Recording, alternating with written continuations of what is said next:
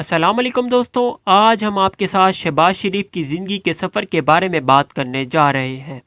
شہباز شریف کا ایک عام شخص سے پرائم منسٹر بننے تک کا سفر کیسا رہا اور انہیں اس سفر میں کن کن مشکلات کا سامنا کرنا پڑا، اس سب کے بارے میں ہم بات کریں گے۔ تو میں ہوں آپ کا دوست اور ہوسٹ وقاص اصغر اور آپ دیکھ رہے ہیں اصغر ٹی وی۔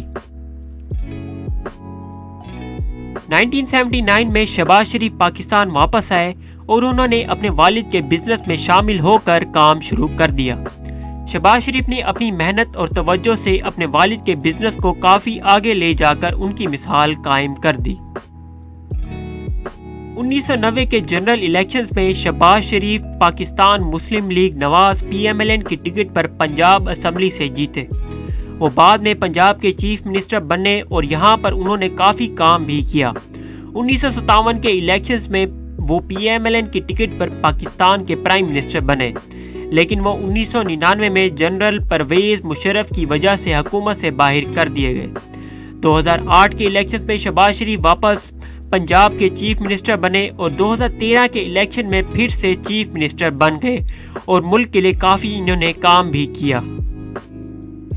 ناظرین گرامی، 2018 کے الیکشنز میں PMLN کو شکست کا سامنا ہوا اور پھر عمران خان پاکستان کے پرائم منسٹر بن گئے۔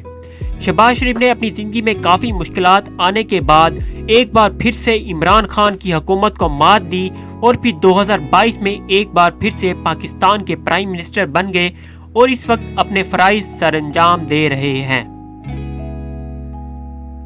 شہباز شریف ہمارے اس ملک پاکستان کو بلندیوں پر لے جا رہے ہیں۔ امید ہے کہ ان کی اس انتھک محنت کے بعد پاکستان کا مستقبل ایک بار پھر سے روشن ہو جائے گا اور پاکستان دنیا کے ان ممالک کی لسٹ میں ایک دن شامل ضرور ہوگا جو کہ ترقی یافتہ ہیں انشاءاللہ۔